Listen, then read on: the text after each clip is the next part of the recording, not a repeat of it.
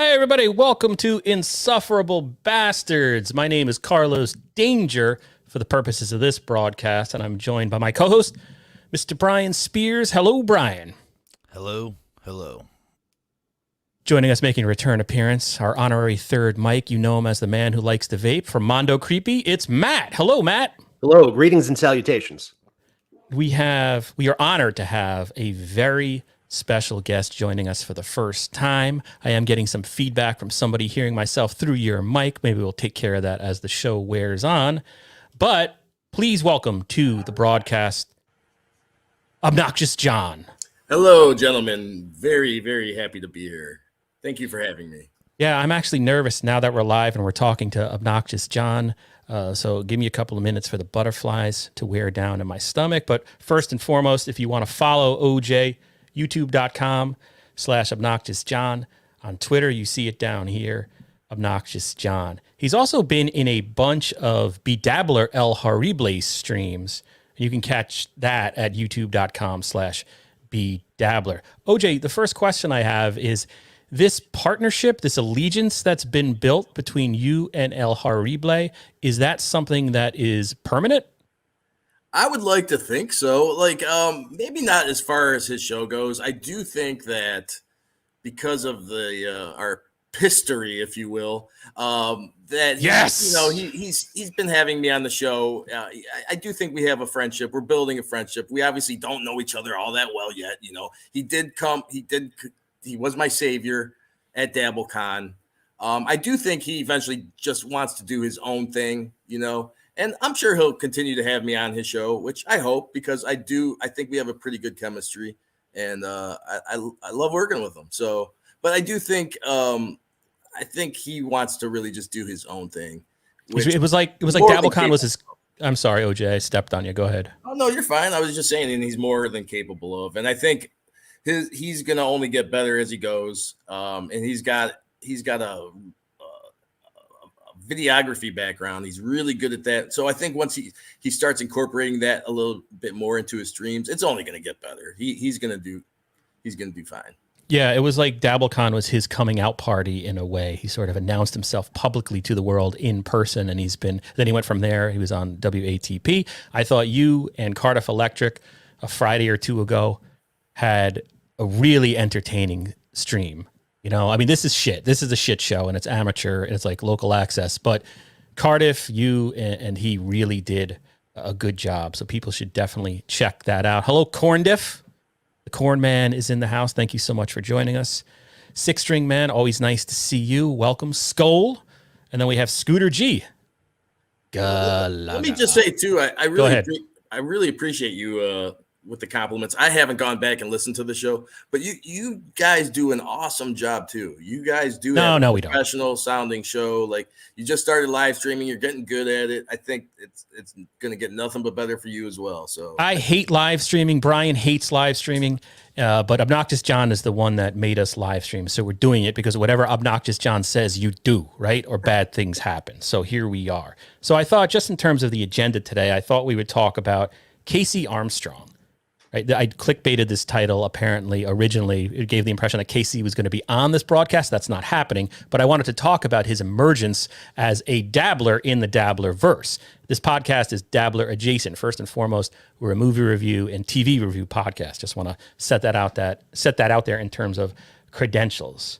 So, and then I wanted to talk about, I guess, I don't know, if OJ wanted to touch upon DabbleCon. I even wrote stuff down. We'll give him a chance to do that. And then we're going to talk about Bill Burr mentioning a really good early 80s forgotten sort of, it's not really a B movie. And then we're going to talk about sex in movies, because there was this weird debate about sex in movies this week. Scooter G says, stop putting yourselves down. Y'all great. Kevin Dumbfuck sucks. Hashtag P-Dabbler. Hashtag P-Dabbler. All right, we'll get to that. I just want to say something real quick. You know, go ahead, sir. All this Kevin Dumbfuck hate, you know, I do still feel bad for the guy. The piss thing happened. It's over with in my mind. It's never going to go away. Like, this is going to be an on-running Wait, joke. save this, because we might have questions. We need people to tune in for a little bit. And don't forget to hit the subscribe button and all that stuff. but not everybody needs to hate Kevin. I think, Sure. people are going to do what they want, but I'm just saying, I don't care for all It feels that like some people are really kind of beating a dead horse right now with the whole Kevin thing, especially on Twitter well, right you now. know what? In all honesty, I think derailing my show. it's a lot of Kevin's fault because he's going on these shows and saying stuff. He should have just said he was sorry and like that was it. Sure, people have questions about what he did. Okay, I took some pills, I fucked up. That's it. That should have been it. But I think what people are hearing from him is really buried him a little bit. Anyway, hopefully he just stops talking about it. It's not the piss, but just the whole situation and just moves on. He could go do something else. He said something about wanting to leave the Dabbleverse, which I think is a smart idea. So Yeah, it is what it is, to use that cliche. Scooter G says, I just want to put it out there. I personally don't like all the hate that he's getting. We have nice guy John today, not obnoxious John. I do flip flop with the whole. No, thing. I gotta be honest. I respect you. and just for anybody, maybe there's new viewers who don't know the background here. Real quick, DabbleCon was a couple of weeks ago. That was a gathering of the dabblers in beautiful Rochester, New York. You might have heard it was cold. And Obnoxious John and Kevin were rooming together because they did a podcast together called Why Do I Podcast? In the middle of the night, a very drunken and inebriated and mixed drug using Kevin urinated on Obnoxious John's belongings. So that's been, in case you don't know, hashtag Pissgate, that is the long story short. I think one of the things that's emerged from this, and I guess this was supposed to be later in the show, but we'll just talk about it now, is Obnoxious John's handling of the situation with empathy, sort of being above the fray, I think, made a guy who was already well respected in the Dabbleverse even more so by the way he carried himself and isn't doing a live stream a day tearing into Kevin and combating each sort of allegedly maybe misleading or false statement that Kevin may or may not have made. I think Which that's I gotta say, human nature, at least my nature, that I struggled with that. There was part of me that's like, okay, I just didn't want to, as I've gotten older, I've become a very spiritual man, and I just try to live.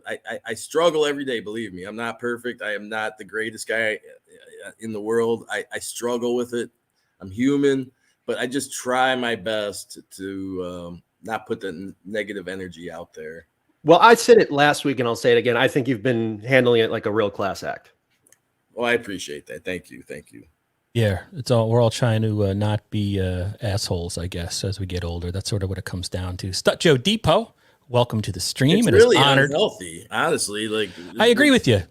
Yeah. I mean, if you look how fat I am, I think I turned myself into what I am because it was the projection of myself in my mind that manifested itself over the last 10 to 15 years. That's honestly what happened. But Stutcho Depot is here, man. Forget my mental condition. Oh, what's up, Stutcho? He says, probably bring that up one more time. Oops, I almost spilled coffee. He unfollowed everyone on Twitter, LOL. Yes, I was among the victims of the mass unfollowing. He's still following me. I don't know why, but he is. They unfollowed me also.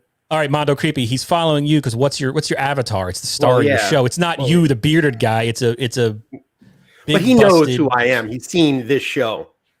He might not have. Six String Man says he still did Sad Chad this week. Yeah, and it was I thought that Sad Chad was pretty entertaining, and it became Pissgate. It became more about, it was like Sad Kevin as opposed to Sad Chad a little bit there. The last thing I'll say about Kevin, and Obnoxious John, maybe you can address this, because one of the things that you mentioned on Twitter was that perhaps the biggest mistake out of all this was awakening the sleeping giant, poking that Twitter bear known as Buttering J. Yeah, your reaction. That was the dumbest thing he could have done. Out of anything that I disagreed with, personally in his shows that he's done, I don't know what the hell he was thinking by attacking Muttering J. Did I say Muttering J? Now did I mispronounce his name? Now I'm nervous. Muttering J, I meant. Did I say Muttering John? Muttering J. Sorry. Well, Muttering John also, but he's Muttering J. I don't want to make him mad. No, you're fine. But I mean, to think about Muttering J, I don't mean to ask a question and then answer it myself, but you do that. I mean, Kevin had a on the record sort of, not a paper trail, but a digital trail of what he said about this event, and sort of there's some contradictions there. And once you sort of attack Muttering Jay, and I understand, like, I have thin skin. I don't think I'd be able to handle the amount of pressure that Kevin's been under since P-Gate happened.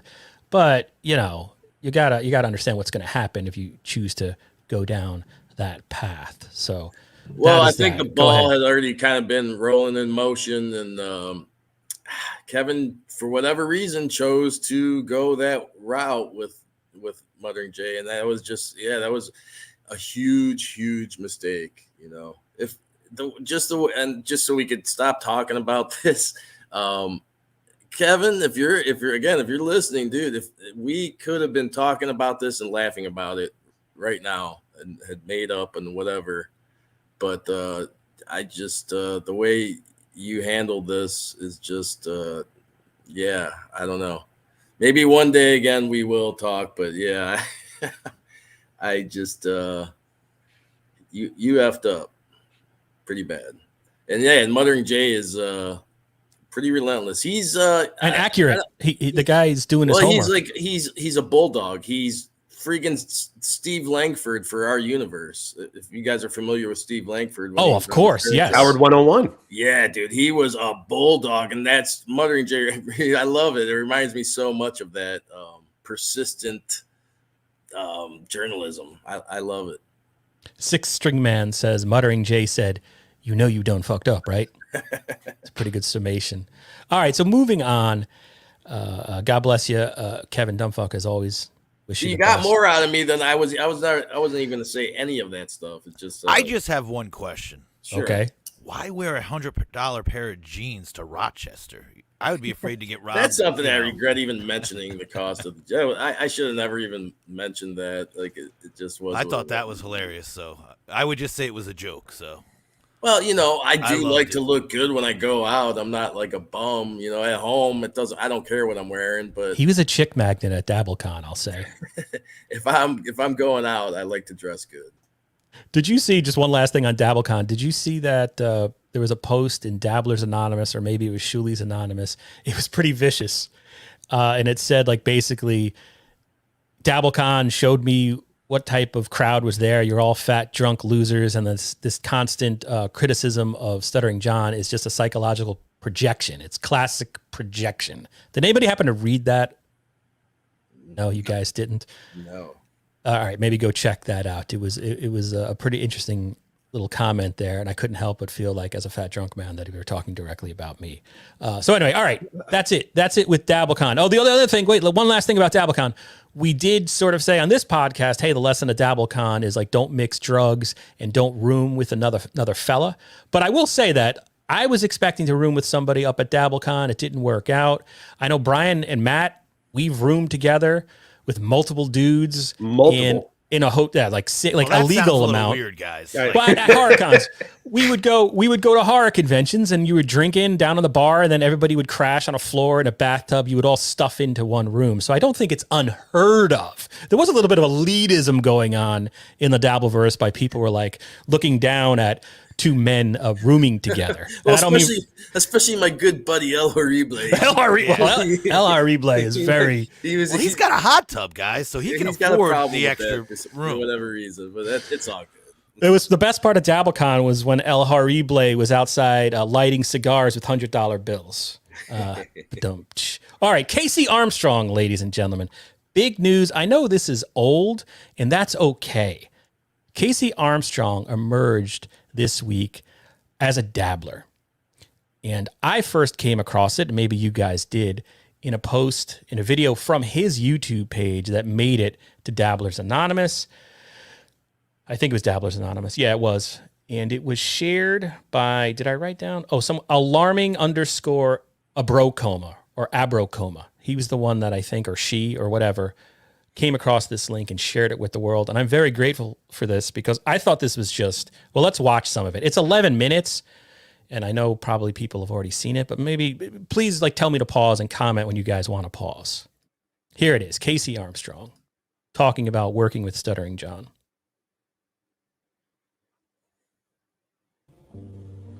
All right, guys, how you doing? My name is KC Armstrong, and I'm a little pressed for time here. I just got to tell you how entertained I am for all you guys with the Stuttering John thing. First Is the volume okay, guys? Because it's blowing out my headphones a little bit. Is it That's okay good. for you guys? Yeah. Okay, sorry. of all, it started with Carl from Who Are These Podcasts, and then there was this hilarious comedian and very pretty girl. Her name is Chrissy Marr. The Uncle Rico show with Mike Morris and the Reverend Bob Levy, who I miss a lot. And then you got the great Anthony Cumia. You got Steel Toe. You got Hewley. You got Radio Gunk. And most importantly, you got the Dabblers.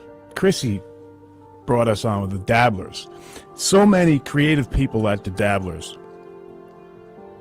You go on there, and there's all these skits and like song parodies, and man, they're just so creative. I mean, just the editing alone is so incredible, and we're all united in this Stuttering John debacle. Why you say debacle? I thought you liked John. Yeah, I like John. But through all the fun I'm having with you guys and all the attention you guys are making me see, like all the different videos that are out there and stuff, he doesn't like me very much.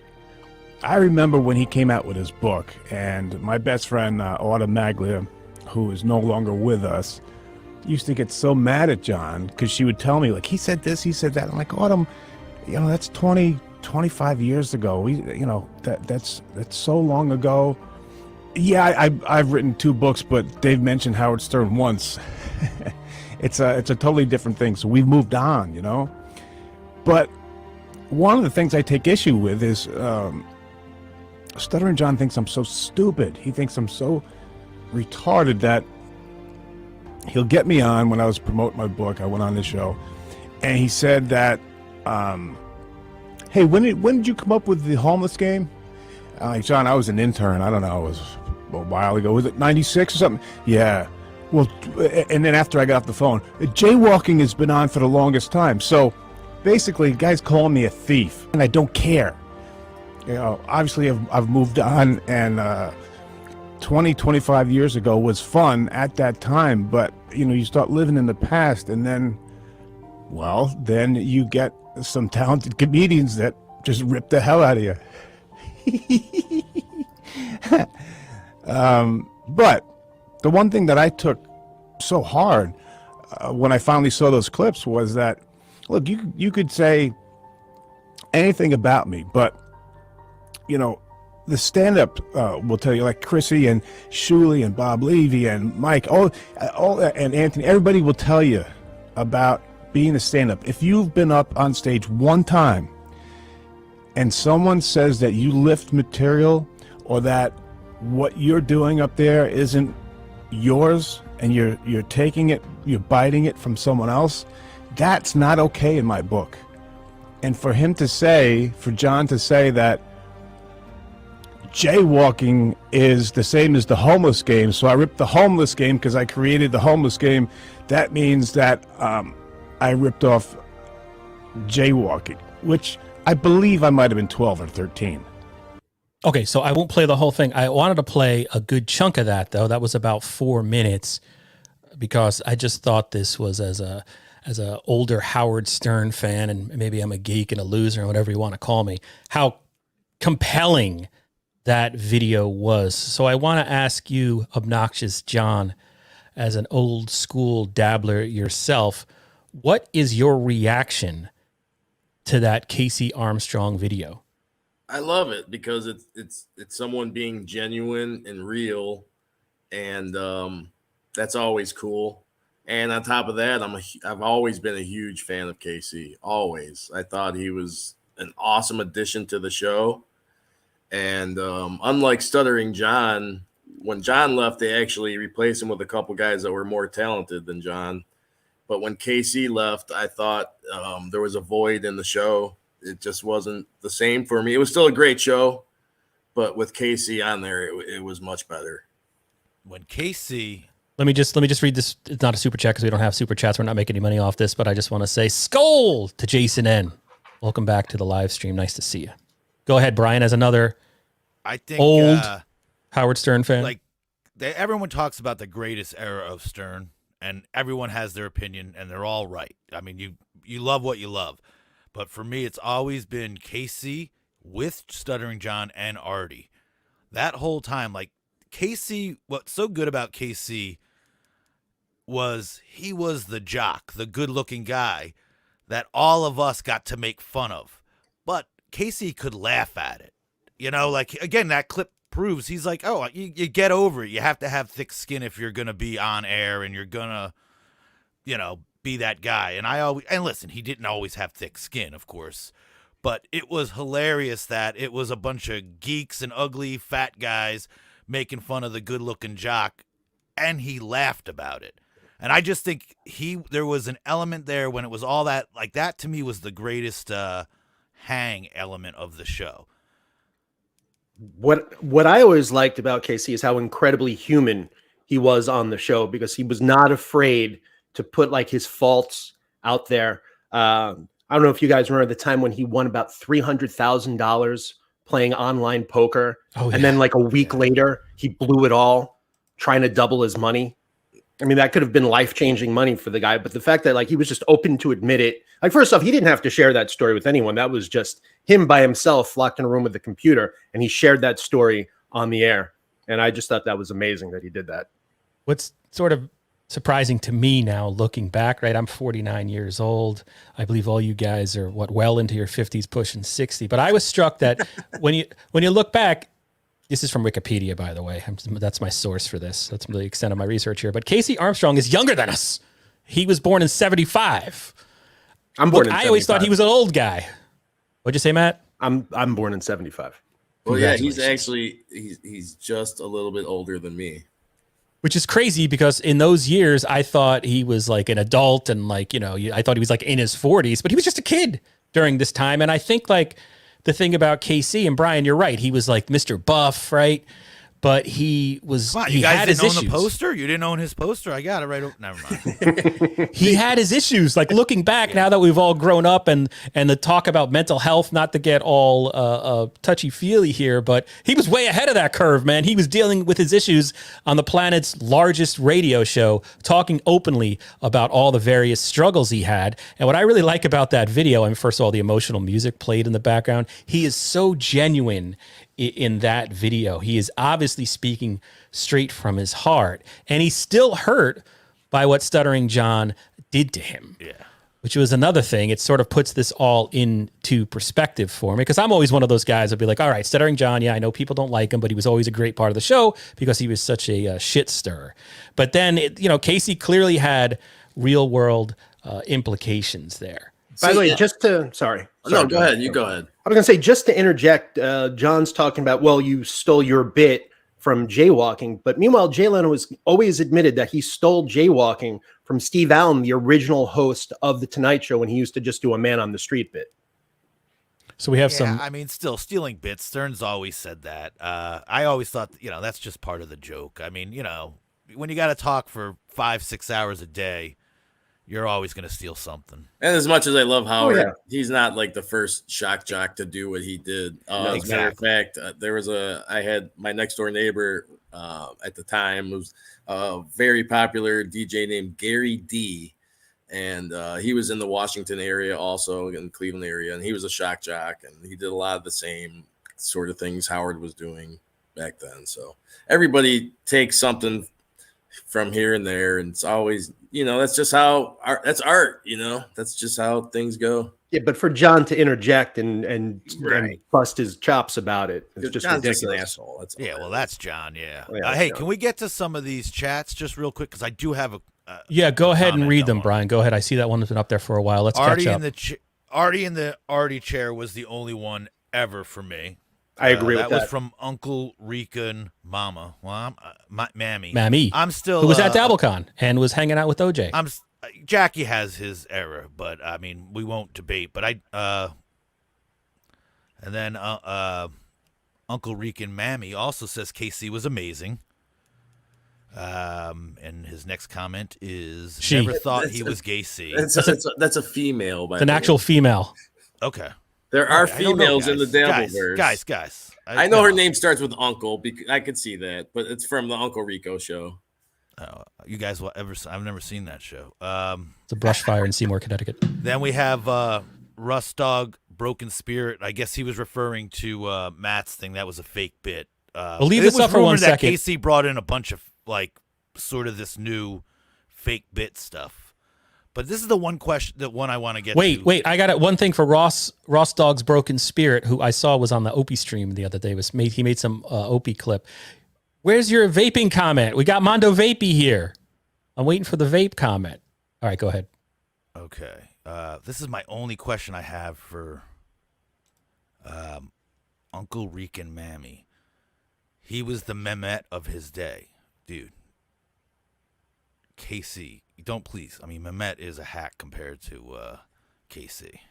Brian is team JD, right? I mean, listen. Didn't JD hate Mehmet, or because I stopped listening to about 2014? No, that was somebody else. But the people that have come to the new serious show, and yes, I'm a subscriber. I still listen to the Stern Show, so make fun of me all you want. But I'm one of those guys that still listens. Anyone that came into the serious years, to me, has never really been part of the Stern Show. She's saying that's the joke. She's saying Mehmet is the joke. All right. Artie, but I never know this. This means Artie's better, right? I don't know my greater than less than. She says we will debate. Look, now you've upset the only female dabbler, Brian. You're just bad news. I wanted to just say one more thing about KC before we move on there. For me, he was the most relatable person that I got, not as far as his good looks, and he was like he was like a sculpture of what a man should be, but just like his sense of humor. Like I remember like his stories that he would tell about like some of the goofy stuff he'd do with his buddies and just off the wall stuff where everybody else in the room was like laughing at him and calling him crazy. I'm sitting there like, dude, I've done the same kind of shit, man. It's hilarious. Also, before Artie, we watched KC have a meltdown on air.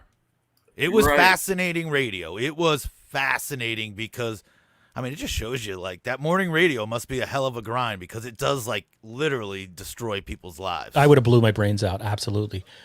The other thing, of course, KC was on Who Are These Podcasts this week, and it's a great interview. I'm sure people, if you're watching this, you've already seen it. But one of the things that jumped out to me was that Carl said KC was supposed to come to DabbleCon, and how awesome that would have been. Oh my God, dude! Yeah, that would have been literally probably my favorite person to meet. Like I said, I'm a huge fan of KC. Almost everything he was involved with on the show was great. And Jason N says, didn't KC bang Miss Howard Stern? That was the whole long-running. Wasn't KC kind of asexual though? Wasn't he asexual before that? He just wasn't on the air because he was getting chicks on the side. Yeah, he had a girlfriend when he was hooking up. He didn't want to say anything about Miss Howard Stern because he literally was had a girlfriend at the time. I think she had the best documentary. I think it was on Howard TV. I remember watching it with you, Brian. I don't know where those things even exist anymore, but that was really compelling. Her whole sort of train wreck of a life. Wasn't she in a bad car accident or something like that? Yeah, a little later after all that, I believe. I believe that documentary was made before all that, but I could be wrong. One thing that came out in the Who Are These Podcasts episode there was KC talked to Carl about getting angry at John when John sort of pulled his machismo. I could beat you up, essentially third grade schoolyard type stuff. So I did find a clip on YouTube that demonstrates, I think, exactly what KC was talking about. And hopefully this begins. So this is in the studio, blah, blah, blah. It's pretty self-explanatory. And here he runs really behind his mommy. Robin, shut your goddamn mouth. What do you mean there's no reason? Don't tell me to shut my goddamn mouth. I stayed here. I get to run my mouth. Shut up! I get to run my mouth. KC. God! Do you know how many people called and said that they thanked us for being on the air? It was helping them. You are a fairy. You are. Okay, what? Oh, shut up, John. Don't even. Like I'm gonna be afraid of you. You ran home. John, I will. Girl, you got a vagina. John. What is it, John? He doesn't even have a vagina. A vagina has All right. Calm down. All right. John, shut your mouth. Don't even come at me like that. All right. Easy does Do I it. look like I'm kidding? Easy does it. afraid of him? Yes, you do. Easy does it, Casey. Ronnie, hold that guy back. I mean, hold that girl back. He'll kill you, man. Yeah, John has never hit a girl before. Yeah. Go ahead. What is it, Tom? Don't incite. The guy obviously kidding. We're just kidding. Come on. No, we're not. I'm not. Come on. Okay. Give me some love. Casey's like Joe DiMaggio. We're going to talk to him again forever for the rest of his life. Well, that's too bad. Come on, Casey. It was funny. Yeah, come on. It was. So I won't go on and on with that, but I just wanted to show an example where it appears that KC legitimately got angry at John. Looking back, that's what he's confirmed this week on Who Are These Podcasts, and you can certainly see the anger in his eyes that. See, and I don't know about you guys, but I can relate to that. What zone Casey was in? He wasn't thinking about anything but destroying John. But there was something in his brain, probably knowing his job was on the line in the back of his head that stopped him from, because Casey would have broken bones. John would have been destroyed. And also, they were still on terrestrial radio at the time, so he certainly couldn't curse. So he was almost imploding in his anger, and he couldn't have that outlet. Uncle Rican Mammy says he would have shred John. Literally, maybe you already shared these, but when I share a screen, I'm not paying attention. I apologize. Who else is in here? Gina Bobina, let's invite him to the Toronto one as a panel guest. Wait, DabbleCon's happening in Toronto? Another comment, Six String Man, Stuttering John looks sweaty and gross. I thought you were talking about me. The great Ross Dogg's Broken Spirit. Robin was great because she antagonized the staff when they were arguing with Howard. Yes, Robin and KC were particularly good together back in the day. And you see, if I had let that clip play, you would have seen some of that as well. Gina Bobina, by the way, welcome. Howard was so jealous of KC, why he called him, can I say that on YouTube or will I get pulled? I'm listening to a lot of Kevin Brennan. I don't want to say that. To detract the ladies. Okay, there we go. Sorry, Brian, I interrupted you. About KC, he said that, WATP is doing something in April in Philadelphia, and KC said he was going to go to it. So nice, man. KC, how awesome is in that? Philly. And then, Brian, what I had interrupted you wanted to say something? It's just, I understand there's a huge hatred for Stuttering John, but it's a clip like that, come on, man. That's great radio there. He's adding something to the show. On all sides of it. And, he's obnoxious. He's an idiot. But it all works great for the show. And that was the beauty of it. That was where it was like a jazz band. Everyone's taking their solo. Although John would claim that he wrote that bit. Right. I mean, that's where it gets stupid. That's why everyone makes fun of him now. Like, that's the thing. I mean, it also shows the beauty of the Stern Show back in that day. It was real. It was someone real. mixing eggs. Yeah. What was that noise? I'm sorry. OJ said it was real. Yeah. Yeah, I'm not sure what that noise was, but yeah, it was like reality TV. I mean, especially watching it on the E Show. Yeah, it was great. It was a great time to for entertainment in general. But yeah, that Stern Show was probably the best thing out.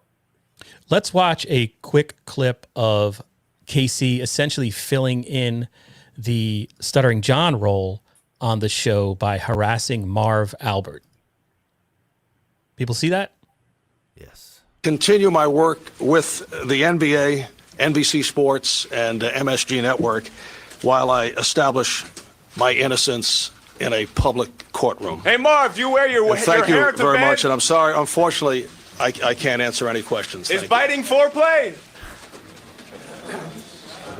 If you're hungry, why don't you order room service? I'm Jerry Trainer, and I'm one of Marv's. You work for that dude's Albert.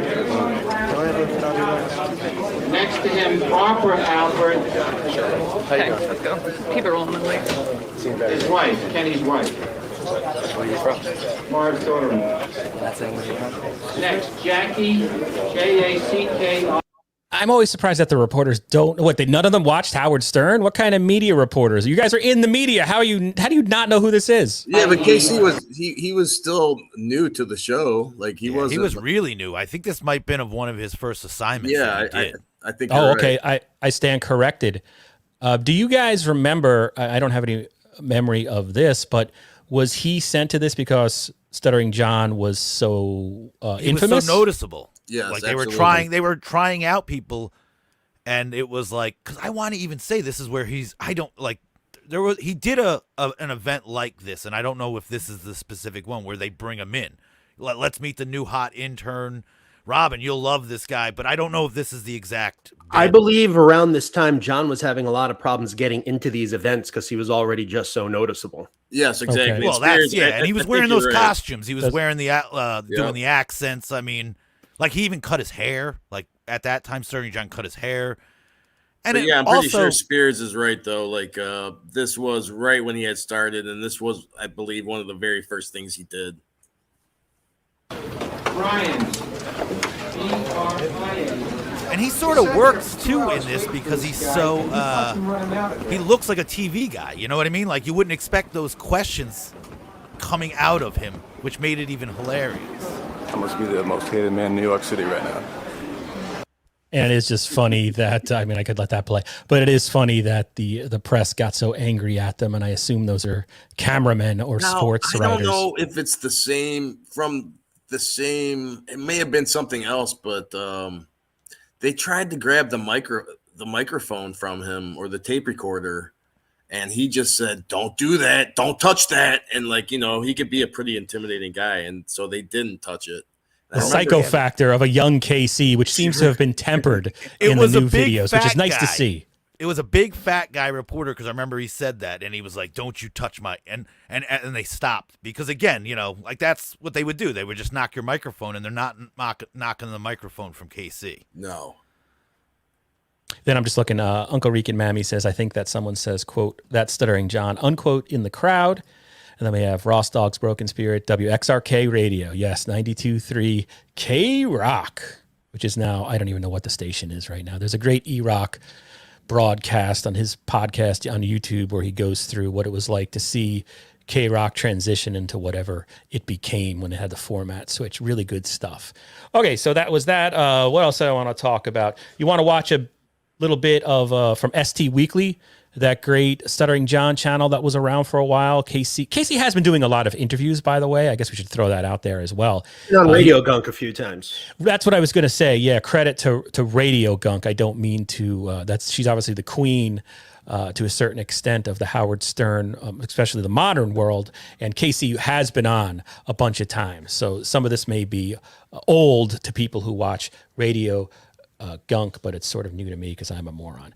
But I like this. This was going on for a while. ST Weekly. They had a bunch of Stern stuff, I think maybe during the pandemic. And in this clip that I'm going to try to bring up here is let me make sure I have it. It's KC talking about getting fired. I think, no, is that it? I think this is it. Apologies. Anything the book is not anything about the show. I think I mentioned how much respect I have for Howard and how it led to making my mental state worse, but I could have been working at the bank and the same thing would have happened. Didn't matter. But the end came when I had been in a relationship that failed, and it was with somebody at work, and it shouldn't have been that way. And who was it? Let's get into that. Yeah, I probably don't want to say her name just because I don't know what she's got going on. That's fine. I think I'll figure it out. But it was somebody at work, and I shouldn't have been with. And and everybody in the station kind of knew it after the first time because I got suspended the first time. Wait a minute, were you banging Robin? I'm just kidding. No. No, you got to talk to Florentine about that. I did, and he wouldn't talk about it. Just kidding. Yeah. No. That's funny. That's when I actually had to tell Chiasano, that's what he said. He goes, "Are you with Robin?" Why does everybody think I'm with Robin? No, Robin's just always been a friend. We never had anything like that. I was kidding. But yeah, so anyway, regardless, I kind of had reached a certain point where there's no going back.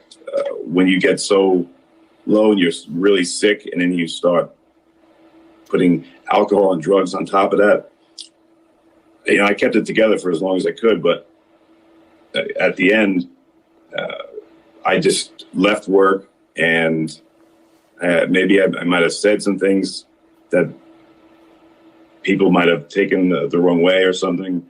And I wasn't showing up for a couple of days. So they were looking for me, and Tom actually came to my apartment and made the super come in and open the door, which I thought was I got pissed off about. And then So again, if anybody wants to hear the whole thing, it's Here's the Pitch, ST Weekly. Maybe people are already familiar with that. But again, I'm struck by how honest KC Armstrong is, and how he has changed and apparently gotten better and is self-aware in a way that maybe Stuttering John, according to everything we've seen over the last couple of years, has not. There's an interesting contrast there. Any thoughts from you guys on Casey's last days at the station? I mean, it was a train wreck. It was obvious that it wasn't going to work out. I mean, he was just having problem after problem, and this was clearly a guy that needed professional help. Gina Bobina says, I'll fix you, Casey, but probably won't. I thought it was radio gold. And again, I was fascinated by it. Looking back now at the age I'm now, I understand it more. But in the moment, it was some of the greatest radio in the world. I agree with that. That's what I loved about the show. It was, there were bits and there were forced things, but what was so genius, it was like we just watched people's lives. And I think that's a huge part that's missing from like the show today. And it basically went away after Artie left. That the behind, like where we got into these people's lives. Like now Gina it's very Bobina says segmented. agreed. And A formatted radio show, a podcast. Yeah. I mean, essentially. it's the Jimmy Kimmel influence. It's And all the like, bits are scripted now. Listen, I'm sure there was scripted bits back then too. Oh, I'm sure there was, obviously, more but real. And it was like, again, we watched a guy have a meltdown, and I was fascinated by it. Also, I was always rooting for KC. You know what I mean? Like, yeah. And thank God to Steve Gorillo. We have to give a shout out to Steve Gorillo, because if he didn't become an electrician, we never would have had KC. And just say that again, Brian. I stepped on you. If he never became an electrician, you said we never would have had a KC, because it was him leaving, and then they hired, a free intern left, and then they found money to pay KC. So I think that is the greatest example of like the Stern Show was. I mean, KC was amazing on this show. Let me ask special guest Obnoxious John, do you have any memories or philosophy or observations you wanted to share about the last days of KC on the Howard Stern Show? Yeah, I agree with both these guys. It was awesome. It was reality TV at its best. You love the characters on the show, and so yeah, it was must see TV, must hear radio, whatever you want to call it. Yeah. The cool thing about KC though, like they didn't really bring up why he was gone too much. They didn't really say anything specifically that I can remember. And I do believe the door was still open for him to come back if he actually did go and seek help for himself, but he just wasn't ready at the time and just never went back. And that was awesome, because of the people that left the show, that was Stern's kind of motif or whatever. Like, he would not talk about you once you left the show. But it was great. Modus operandi. It was great to have KC. He would always call in and promote the crazy stuff he was doing. The stupid stuff he was doing. Yeah. And you'd find out how crazy he was. And at the time, I guess you could argue that we wouldn't have had Eric, the actor, Eric the Midget, if it wasn't for KC, because he's the one that introduced them to Johnny Fratto. You know what to do. It was that, like, anytime he called in, it was very much. I mean, there was a great call in after KC went nuts, and he argued with Tom Chiasano, and said, "I hate you. I hate you. I want." He threatened his life, I believe. And then 6 months later, maybe a year later, he called back and to apologize and make amends. It was his heart was always in the right place. Yeah, while his mind at that time guy. might not have been. And we have Ross Dogs. He's like Obnoxious John in a little bit. Things have happened, and no, in a sense that Obnoxious John's a good person. He'll look past things. Matt from Mondo Creepy's going to start streaming porn in a second. Everybody be careful. So that's what, he's a good-natured guy. And that's what, Ross Dog's Broken Spirit says, how does Grillo make money? Now, I thought, like Gina Bobina says, I know he has the Aftershock podcast. I don't know if that's still going. She says, great question. I think he's a bartender or a promoter. That's what I thought, too. That's what I see on Twitter and YouTube, but I'm not 100% sure. Gina says, actually, I think Richard and Sal found ETN. No, he's from Johnny Fratto. And Sal, I mean... I thought he predates them, right? If anything, KC found... Wait, here goes OJ for a second opinion. I don't think that... So I think Eric just called in on his own, and then KC, I think, did link him up with Fratto, but it wasn't from the beginning. It was through the show. And Richard basically got on the show because of KC, because KC, he would make all those phone calls about Richard. Richard would make them about KC. And he had a lot of awesome song parodies also. Yeah. A lot of them based on KC, which probably aren't politically correct as they were when I was laughing my ass off. Although, what's sort of fascinating, and I was going to play this clip, but I didn't want to get into a whole sort of culture war, social, political commentary on whatever. But when you watch the Pelican brief that Stern did, where he did that famous speech, which is now going back, it's a long time ago now that Stuttering John had leaked or had gotten a hold of, where Howard says, we want to convert our audience. Too many of our listeners are homophobic. And so I have the specific plan. We can appeal to Lady Gaga or whomever and say that you can come on to our show and change the minds of our listeners. By creating bots on Twitter. Say it again? By creating bots on Twitter. That was part of it, but a specific part of it was to get guests to sort of promote whatever. So, but maybe he was doing that back then. I don't know. It's fascinating to consider.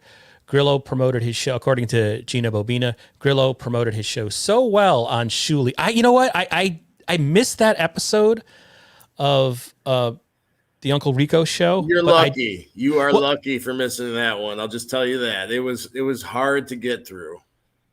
Yeah, I just read all the because of Grillo or Shuli. I read all the it was a Shuli dig there. Brian, you gotta come on. But I read all the comments saying that Grillo didn't really bring much, and it was sort of. I'm a fan of Grillo, but yeah, there was no point to him really being on the show, the Uncle Rico show, which is known to kind of poke fun at John, and he wanted nothing to do with that. I wonder why he went on the show. Yeah, Uncle Rican Mammy says it was painful. Well, I might have to go back and watch it just to experience it. But the reaction. I think it was Shuli. Sorry for cutting you off. I think it was Shuli that said, and I agree with that. I think it was Grillo just kind of taking a stance like, hey, you can't tell me what to do and you can't tell me what to do. I'm doing what I want to do. So I think that's kind of what he was doing, kind of letting John know like, hey, I'm going on the show and you can't tell me I can't. And it was him going on telling Shuli, I'll come on your show, but I don't have to talk about John, So I think Shuli was the one that came up with that. And I tend to agree with it. Jason N says it was horrible. Brian, who's funny, Shuli or Grillo? Oh, well. Who's funnier? In the Stern Show universe, Grillo is a god. No. I mean, right now, who's funny? Who could tell a better joke, you bastard? Oh, well, I won't answer that. Shuli is obviously a way better comedian in every sense of the word. But Grillo may be funnier in the sense that he's almost a whackbacker. He was supposed to do this podcast years ago, but somehow it never came together. I think he looked at our YouTube numbers and he was like, why the fuck would I do that? You're getting some hate from Gina Bobina. Brian's like an honorary member of Shuli's Anonymous. All right. So that's really it for our Dabbleverse type talk. Well, wait a minute. Okay. Wait a minute. I do, because I did. Oh, kind of right. mention it on Twitter. You can't get away without me telling this it's a horrible story. Yes, I apologize, Obnoxious John. Sometimes I pack these stupid outlines and I don't leave room for human interaction. Yes, you had a story you wanted to tell. And Go ahead. Spoiler alert, it's not that great of a story, but it's kind of funny. So when KC, they were doing the whole KC is gay bit, and they sent him to a gay parade to do some interviews. So I believe the correct terminology is gay pride parade. Okay, well, this is what it was called back then. So go ahead. I'm being rude. Gay pride parade, whatever it was called, he had gone to. And I don't know if it was the next day or whatever it was. They were reviewing the video clips of him there. And so I decided I was going to call in as a gay person. And I came up off the top of my head with this name, Byrell. And I spoke with a lisp, and I called in and talked to John, and I was in my character. I said, yeah, I had seen KC at the parade and kissing another man, and I'd like to talk to Howard about it. And so he put me on hold, and oh my God, so they put me through like almost within a minute. I was on the air. Next thing you know, I hear Howard, "Hello, Byrell, you are on the air." And I completely froze. And I ended up just kind of blurting out, yes, KC is gay, and I love his ass. And I heard a couple chuckles, and then Howard kind of just, oh, thank you, Byrell. Thank you for calling. And just hung up on me, and they kind of just moved on. So still a worthwhile contribution, I think. If anybody could find that clip, that would be amazing to hear. Even though Uncle Reek and Mammy is saying, "Oh my God, you have to play this." But I mean, the clip of KC sort of it's got to be out there, because the clip of him talking about this is on YouTube. So I'm sure someone out there has the extended cut where they go into OJ's call from back in the day. Gina Bobina says, "Great story." Yeah, and I apologize for almost moving on without the whole reason OJ was here was to tell that story, and I was going to skip right over it. I'm sorry. We did get a great Jason N comment there as you were telling your story. Who pissed now? Never escape the urine. All right. So, yeah, that was the Dabbleverse talk. And maybe we'll, Uncle Reek and Mammy says to OJ, well, you tried A+ for trying. Nice support there. But I thought I would talk real quickly about something completely different. And then we'll try to run through and wrap this up, because we're almost at an hour and my head explodes after an hour, and my wife is going to divorce me because I have to clean the house today. It's a whole to-do list of things. But Brendan Schaub's Thick Boy Productions, Brendan Schaub, the UFC fighter who tried to become a stand-up comedian and is a podcaster of sorts, I guess, on the West Coast, he has a federal copyright lawsuit pending against Unique. Kyle, whose last name I do not know, the YouTuber I'm sure you all know, who does clip shows and commentary and transformative content, he believes, of various comedians and things like that. So there was talk this week that the lawsuit was thrown out, and I checked it. It is not thrown out. What happened actually was, where do I have it here? Both the plaintiff, Thick Boy Productions, and the defendant, Kyle, filed for summary judgment. Both said they want this thing to be decided right now by a judge. We both have evidence, and you should be able to make a ruling without any more stuff happening in this case. Unique saying that this is clearly transformative content. Let's just get rid of this lawsuit. Thick Boy Productions saying, like, no, this guy hasn't answered any of the court filings. We should win by default. The judge just said no to both. That's all that happened. The case is still pending. It seems to me, as a casual observer, that Thick Boy Productions is really burying Kyle in motions and paperwork. If anybody goes to, you can go to Pacer and sign up, and you can access this stuff directly from the federal government, and you can see all the, not disclosures, but filings that they are burying Unique in. And I think at the end of the day, Unique is totally in the right here. It was transformative content, so this is kind of a scary thing. We're on YouTube. If it goes in Thick Boy's favor, that could definitely have a muffling effect on commentary channels, which has been the basis of YouTube, or a subgenre of YouTube, long before the Dabbleverse. So people have been doing these things for a long time. So people should keep an eye on that. Back when I was working and doing stuff for heavy.com, I did a sports show, sort of like a cross between Sports Center and The Daily Show, called the Burley Sports Show. You could still find clips on YouTube. And we always got away with it. Heavy always told us, whatever you do, just say it's transformative content. Just say it's a transformative work. No matter what clip you show, how long you show it, just say transformative work. And don't worry, we'll go back to it. I know. I very much know that's wrong. We should let's do a class action suit against heavy.com after this is over. Another tip, people, don't download videos from YouTube and re-upload them. If it shows up in your metadata, that's a violation of YouTube's terms of service. And it's one of the things that Schaub's company, Thick Boy Productions, claimed to try to get this thing to a summary judgment. They're like, look, he's violating, we're right. But Kyle responded by saying, I actually didn't download videos from YouTube. They're readily available elsewhere. So that's that. I should read some of the comments here. I saw some people were saying some stuff here as I was blabbing on and on. Ross, yes, Saizon Z. I guess that Thick Boy Productions got that channel pulled, I believe. And now he's Unique Entertainment or Unique something or other. My friend Jason N. says, I clean, daughters are pigs. Yeah, I have one daughter and one son. And yeah.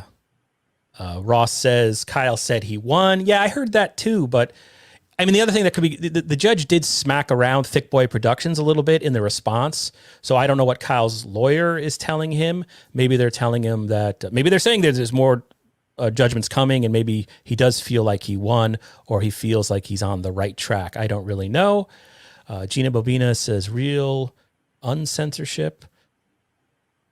Beloved Chada's loved one. Every time Carlos says thick boy, a little part of me dies. Is that because I'm mispronouncing it? It is weird to search thick boy, though satisfying in a federal court database. So that's that. Anyway, that's that on Thick Boy Productions. I am very happy to, as of always, bring the show to a grinding halt by talking about boring shit. That is my fucking trademark. You don't have that steel toe. Bill Burr. Oh, we also got to talk sex and movies. Real fast this week. Bill Burr, maybe it was this week. Maybe it happened 10 years ago. I don't know. But Bill Burr, according to this clip, likes the movie Sharky's Machine. I love the movie Sharky. Just so you know, I have a funny story that relates to this movie. Let's go. Well, for people who don't know, Sharky's Machine was an early 80s Burt Reynolds film, and I guess Bill Burr gets into it. It was basically, its moniker was almost unofficially became Dirty Harry in Atlanta. Burt Reynolds plays a detective or homicide cop, or maybe he's a vice cop. He's a vice cop. Yes. And he has to protect Rachel Ward, who's a high-end escort, and they fall in love, and they're being tracked by crazy killer Henry Silva, I believe. Yes. It's got great stunts. It's got a really interesting cast, and it's a really bizarre pre-Lethal Weapon, but after the golden age of cinema in the 70s, sort of action film. It's at the time, Burt Reynolds was considered the biggest movie star in the world. Yeah, and he directed this too. In the 80s? It's 1981. Early 80s, yeah. So 77, 78, he was, the time of Cannonball Run and Hooper and all that. He was the guy. And it's kind of like really the last decent thing Burt Reynolds did, other than, I'd say, breaking in a goofy comedy with Casey Samasco, I think it was, which isn't a bad movie, independent film. And then Boogie Nights, of course, which he hated. Burt Reynolds hated Boogie Nights, every part of Boogie Nights. Fired his management right after doing the movie. Until he read the reviews. Yeah. Yes. Then until he was all not about Oscar it. nominated. So that's the lowdown on Sharky's Machine if you have not seen it. OJ, what was your Sharky's Machine story? So growing up, we had an older kid in our neighborhood that I didn't know this because I didn't know about the movie when I was a kid. But there was a character that went by, I guess, the Screaming Assassin. That was Henry Silva. He has, he's his whole gig is that his whole gimmick, he's completely coked out of his mind and almost a monster by the end of the movie. So there was a kid that had that nickname in our neighborhood. He was an older kid, and he was R-worded. And you know how like some of the, I don't know, what do you call them nowadays? The R words? Developmentally disabled. Okay, those people. they, you get some of them like Gary, the R word from the Stern Show. He was like a happy-go-lucky kind. And then sometimes you get the ones that are angry and just not cool. And this kid. Are you about to confess a Bobby Lee-like molestation story here right now? No, this kid would just punch people randomly. And the noise that those type of people can make, that's what he would do. He would hit you and so anyway, that was that's my story about the movie. OJ is so high right now. I love it. But it's a true story. Yeah, the screaming assassin. The kids my age were terrified of him. Beloved Chat is loved one. Is this from Sharky's Machine? This quote you just pulled? I believe so. The quote I remember from the movie is at the very beginning where there's a hostage situation on the bus. Burt Reynolds kills the guy, and then one of the cop goes, "Is he dead?" And Sharky goes, "Wake him up, see if he comes to." It's just really cool. But Beloved Chat is loved one. I'm gonna pull the chain on you, pal, and you want to know why? Because you're fucking up my city. Because you're walking all over people like you own them, and the worst part, you're from out of state. So that's a great line. Thank you so much, beloved chatters, loved one, for sharing your love of the film Sharky's Machine. I also think it has probably the single greatest death scene. It's so bizarre. What is it? Is it Bernie? Is it Bernie Mac? Bernie Williams? Bernie Williams, African American actor from back in the day. He has Revenge of the Nerds, guys. Yes, he played the Lambda president. Yes, so I might have his name wrong. Maybe Beloved Chatter's loved one can help us out. Oh, the R word you were going for was redacted, according to Scooter G. But anyway, he has a death scene where he has this existential moment and he just talks. It becomes a comedy where he just talks about how he made himself disappear. It's just great. I guess you got to see it. Ross Dog's Broken Spirit says, let's go around the panel. OJ, innocent or guilty? I don't know if you noticed this, but that's my picture is Stuttering John on OJ's body from his mugshot. Oh, I never realized that. Oh yeah, look at that. I would love to. Wasn't the guy called Billy Score? How creative. Yeah, I don't remember exactly. All right, so here's somebody much more talented, infinitely more talented than me talking about Sharky's Machine. So we're going to beat Sharky's Machine into the fucking ground right now.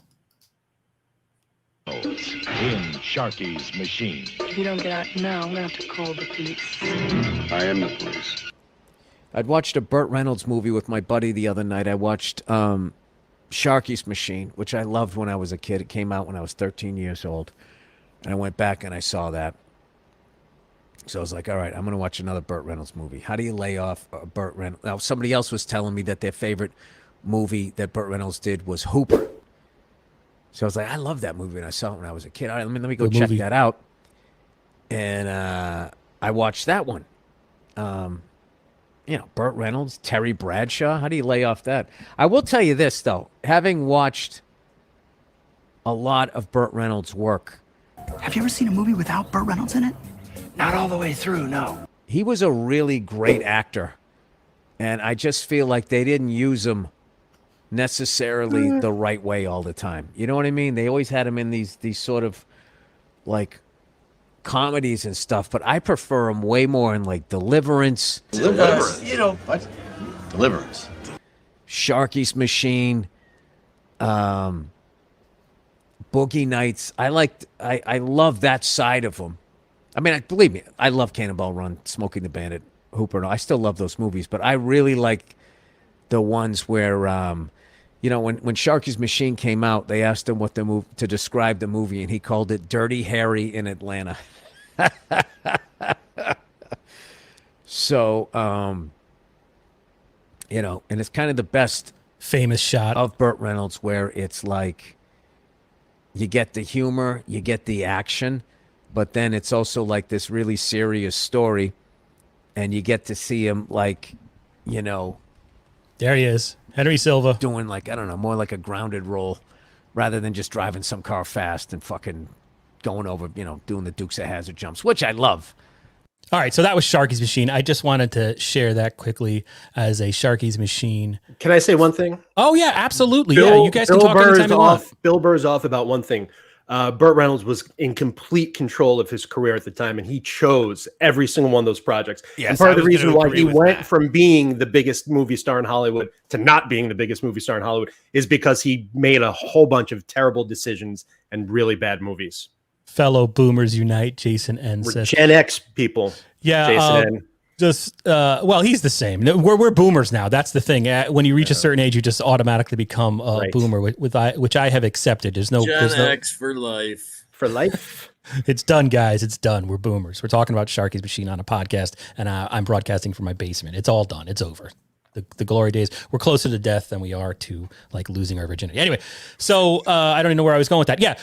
Burt Reynolds ruined his career to a certain extent, as did Sylvester Stallone by rewriting all his movies. He would take a good concept. First Blood, he didn't mess with. All the other Rambo movies had the stink, not the Brennan stink, but the Stallone stink. Brian, did you share these? Because I don't know. Maybe I'm sharing them now. No, I'm sorry if these are repeated. Beloved Chada's loved one says, have you guys seen Pups? If you like Sharky's Machine, you'd like it. No, I don't know that one, Brian. Are you familiar with Pups? No. Anybody? Not sure that one is. I will look that up today, and I will probably watch that. I also will say this: I watch Hooper all the time. I think that movie it's great so bar good. fight. It's the best of all the Hal Needham, Burt Reynolds movies. And I am a firm believer in like everyone says Jaws is a horror movie, or it's been said before. Right. I think Deliverance is a horror movie too. I'd agree. I agree. Like, to me, as a guy that lives close to the woods, like that's what I'm more scared about a bunch of hillbillies, making me squeal like a pig than I am, than anything in the world. Speaking of KC Armstrong, beloved Chatter's loved one says, good luck not getting turned on with Burt on the stream. Damn you guys. Huh? That makes me laugh. All right. So real quickly, because it was in the title and it was in our thumbnail, even though it's sort of a non-subject, but there was this weird discussion on film Twitter this week. Six String Man says Rambo 4 is amazing. Just watched it this morning. The gore is jaw-dropping. It's all CGI though. I'm not a big fan of the later Rambo ones because it becomes so also, CGI. There's no story. That's OJ? what I just found out. I found this very interesting. I'm sure you guys know because you're such movie buffs, but I just recently found out the first Rambo had a lot more dialogue that they ended up cutting out because it was just so awful. Yeah, they made that movie in the editing. And the thing about Rambo is to the whole First Blood franchise what the original Rocky is to Rocky. I mean, you could have stopped after Rocky 1 and you would have had one of the great American movies. Deservedly won Best Picture. First Blood, in terms of just physical action, is a great, great movie. The rest, not so much. And then it became a franchise. Yeah, it has Brian Dennehy in it, so any movie with Brian Dennehy is worth a watch. Grew up where I live. Young David Caruso. Yeah. Ross Dogs. I saw a great Quentin Tarantino thing talking about David Caruso. It was fascinating. Ross Dog's Broken Spirit. I wonder if the hillbillies from Deliverance would have wanted sexual favors from John or took a pass. First Blood will always be the best. Yeah. Says Six String Man. Hell of a book too. Yeah. First Blood. That's what I thought OJ was going to say, that it was based on a book. So that's that. Yeah. So just real quickly, the last thing, if anybody saw this, Al Pacino was originally supposed to be Rambo, or he was one of the guys they approached. Yes, that would have been totally different. Yeah, search out the Siskel and Ebert review of First Blood. They have a really entertaining. Well, I pressed the wrong thing. I almost turned this off. Review of it. But anyway, okay. So on Film Twitter this week, which is a weird place, we are sort of movie buffs to a certain extent, although we're boomers. You know what I mean? I don't like comic book movies. I don't watch any of that crap. But here's what's sort of the one that I noticed. Oh no, it's not working. Which is just perfect. But there was this discussion this week about sex in movies. And the discussion was basically like, there's no need for sex scenes in movies because it's too weird. And like the people who are in the audience didn't give their consent to see this sex scene. What? And people clearly did not grow up in the 80s. Yeah. Well, so see, Matt, the internet has ruined everything. The internet has ruined everything. Matt, you're on Twitter a decent amount. Did you see any of this? Are you aware of what I'm talking about? I am here? aware. I mean, I did see some of that, and it veered off into a weird tangent where people are talking about how awkward it is to watch sex in television shows like an HBO show, and they're there with their family, and how uncomfortable that makes them. Which isn't the same thing as sex in the movies, but since everything is being streamed and no one's really going to the theater, I guess it kind of falls into the same category these days. And I think the person that, just since this was live an hour ago and now it's gone, but it was basically unpopular opinion. I hate nudity in TV shows, nothing more awkward than blah, blah, blah. And I sort of get that. But I just thought my question is whether, beloved chatter's loved one. Hold on. Breaking news. I'm the guy who shut down the bar with you at DabbleCon. Love the podcast. Keep up the good work, guys. Yes. So see, there was a rumor. Chatter is the one that stole you away from us. Okay. Yeah, there's a rumor out there that I got disappeared, that I had abandoned DabbleCon after an hour, and that I actually wasn't there. Mainly spread by OJ, but there it is. What happened was at the end of the Dabbies, I went to a far corner of the comedy at the Carlson and was by myself, and I was sort of people watching. Carl looked at me like I was weird. I was a good 10 feet distance between me and any other humans. So I was treated like a homeless person in Grand Central in New York City. But beloved chatter's loved one, at some point we were the only two guys there. It was like I turned around and then the entire place was empty, and we had a good time together. So, and he says, no, you're a run-of-the-mill drunkard. Yes. Yeah, that's what I'm trying to, I didn't pee on anybody. Nothing like that happened. Kinky Loco says, just got here. Please recap. Black Ornament says, can we talk about Kevin Dumbfuck more? No offense. You said we would talk about it later. Yeah, well, Black Ornament, what I did was that was Roman numeral 3 on the outline, but it became Roman numeral number 1. So if there are any specific questions you have about Kevin Dumbfuck, you can post them, but we moved that out of order. And we did move it out of order after I said we would talk about it more later. So that clarifies that, I hope. Nudity makes everything better. Facts. Yes. Thank you, Jason N. But again, the person on Twitter must have hid their comment. Here is how, this is from beloved chatter's loved one. Here is how Carl, I didn't think you'd remember any of this, dude. I thought, I thought everybody was of my mindset at this point. And I learned the next day, Kinky Loco was completely sober. I hung over the guy for 8 hours. Beloved chatter's loved one says, here's how Carlos introduced himself. I have a crappy podcast. I wonder why he was sitting all alone. I was already a subscriber. I thought the party was going to last until 4 a.m. I'm like, I'm in Rochester, New York. The bars don't have to close till 4 a.m. I remember in our 20s, Brian, hanging out at various spots in New York, not New York City, but the New York general area there, where you could enter a bar and then leave as the sun was coming up. I thought that's what it was going to be, but I guess I'm just an alcoholic. Citizen M, good friend Citizen M. Actually, I have a specific question for OJ. Okay, ask it. OJ, are you willing to take, we're going to wrap this up, but are you willing to take a couple of DabbleCon questions? Apparently people just realized that you're here. Sure, I'll take some questions. I might not answer them the way they want to be answered, but I will take them. Yeah, let's go, Citizen M. I'd let you call a phone-in thing, but I don't have one. What's your question?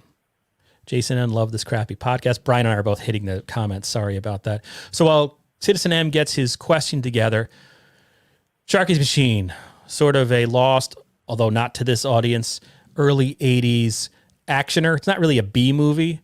It had a big budget, of course, and I think it made money at the box office, but I just wanted to use the end of the broadcast here to just share a clip from a movie that I think is very underrated that came out a few years ago, directed by Joe Carnahan, who made Narc, which Ray Liotta and Jason Patrick. Excellent movie.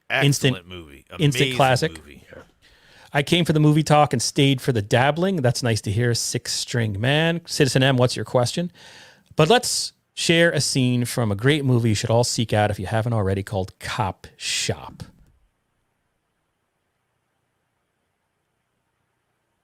You guys like the silence?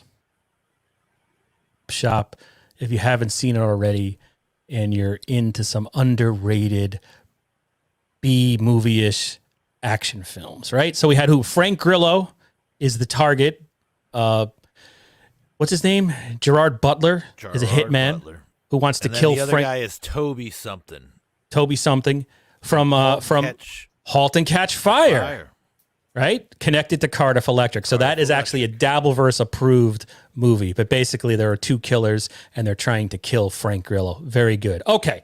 Citizen M. OJ, you ready for the Citizen M question? Yeah, sure. OJ, sorry, we put you to sleep. The Dabbleverse is a little averse to movies sometimes. Like, I've noticed that a little bit. Okay. Citizen M. This isn't pointed, just a bit confused about OJ commenting on the Kevin Dumbfuck hate while praising Muttering Jay's daily coverage of Pissgate. So I'm trying to make sense of that question. I see what he's saying. I think he's trying to say that he's confused by the fact maybe you haven't commented or you've been refrained from. I see what he's saying. He's saying that I was praising Muttering Jay's coverage of Pissgate, which was that's not exactly true.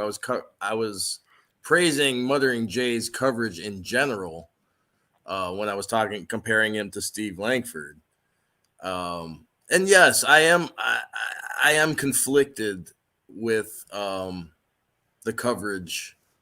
I will admit that. Like, part of me thinks it's hilarious, and then there's part of me that feels bad. I can't help that. So that's just how it is. So that's it. And we talked about that a little bit at the beginning of the podcast, Citizen M, I think. I don't know if you missed that or not. I don't even really remember what we said. I think we made a point that maybe saying something bad about Kevin saying something bad about Muttering Jay wasn't the best PR strategy to deal with hashtag Pissgate. No, that was a good question. I could see the confusion there. A couple of final comments here. Gina Bobina says, great question to Citizen M. Gina Bobina says, fantastic coverage. Gina Bobina says, funny as fuck. Gina Bobina says, the SJO theories are my fave. All right, ladies and gentlemen, it's been an hour and 18 minutes. I have nothing more to say. I don't know if we'll return. Maybe this is the end of the podcast, but I want to thank everybody for being in here today, especially a late hello and goodbye to the great Tommy. Kevin, known for his smart business move. Kevin's known for his... Are you talking about Kevin Brennan or Kevin Dumbfuck? That's that. Jason, I'm certainly commented on a lot. Sorry, screw him. That's that. But OJ, I want to thank you so much for coming on the broadcast. People should follow OJ if you do not already at Obnoxious John on Twitter. Anything you want to promote, plug, apologize for, make a stand on, now is your time to do it, Mr. Obnoxious John. Oh, wow. A whole bunch of things just went through my head, but I'll just keep it short and simple, I guess. Yeah. You could just follow me, Obnoxious John, YouTube, Twitter. I haven't really been posting too much stuff on YouTube. It's mostly just audio of John from his old shows. I find little clips and post them on there, but I haven't done that in a while. Twitter, I guess you'll find more stuff. I try to help out other shows as much as I can, so I'll retweet stuff. And let me just interrupt. You made us. I have audio from John. We paid for a cameo back in 2018. This podcast was called something else, so that's why if you've heard any previous episodes, it'll be like, this is Stuttering John Melendez from the Howard Stern Show you're listening to, and then I come in and say Insufferable Bastards. Can I talk, John? You helped us out by using. Can I talk about this? Yeah, dude, that's fine. I didn't ask this before, but you actually use the Stuttering John AI. So now it sounds like Stuttering John is saying the correct name of this podcast. I only bring that up because you do help other shitty podcasts like this one, and I very much appreciate that. And also some of the advice you've just given in private conversations. I really do appreciate what you have to say and your guidance. So thank you very much, OJ. Hey, I appreciate hearing that. Yeah, I get off on helping people. It's just my nature. So something I enjoy doing for fun, it's not work for me. So like just doing that, like I just thought that was cool. Like if I could, I actually, I'm my own worst critic. So there's still a part of me that thinks I could have made it better. And it's just like, okay, it is. At some point, you just gotta just be done and be like, okay, that's it. But yeah, I just enjoy doing that and trying to give advice where I can. Just having a background in producing. I do bring some things to the table in our Dabbleverse. So yeah, just check out the Uncle Rico show. They've been on a roll. Obviously, WATP and my new favorite guy, El Horrible, B Dabbler, and obviously anybody who's here. If you're not subscribed, hit that subscribe button. I mean, these guys do a great job with whatever they're covering. Thank you so much. And Matt is from Mondo Creepy. Mondo Creepy is a horror hostess YouTube show, sort of in the vein of Up All Night with Rhonda Shear from back in the day and Gilbert Gottfried. You are in production. When are we going to see new Mondo Creepy on YouTube and Roku TV? OSI 71? OSI 74. We're shooting a new episode this coming Thursday. We shot another one last month. I'm editing that one, trying to get like 2 more in the can and then release them sort of as a season, hopefully in May. However, one of the older episodes is going up on OSI 74 later this week. So you could check that out on Roku or on OSI 74's website, osi74.com. Okay, somebody in the chat, one of our moderators, please put Kinky Loco in timeout. Again, one of our moderators in the chat, please put Kinky Loco in timeout.